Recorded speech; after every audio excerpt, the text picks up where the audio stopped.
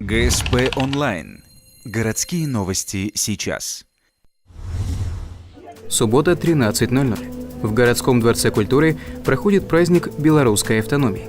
В рамках Года культуры все национальные общины города проводят мероприятия. Подошла очередь и национальной культурной автономии Беларусь. На праздник приглашены представители других национальных автономий – украинцы, азербайджанцы и, конечно же, русские. В Беларуси русский язык государственный, как и в России.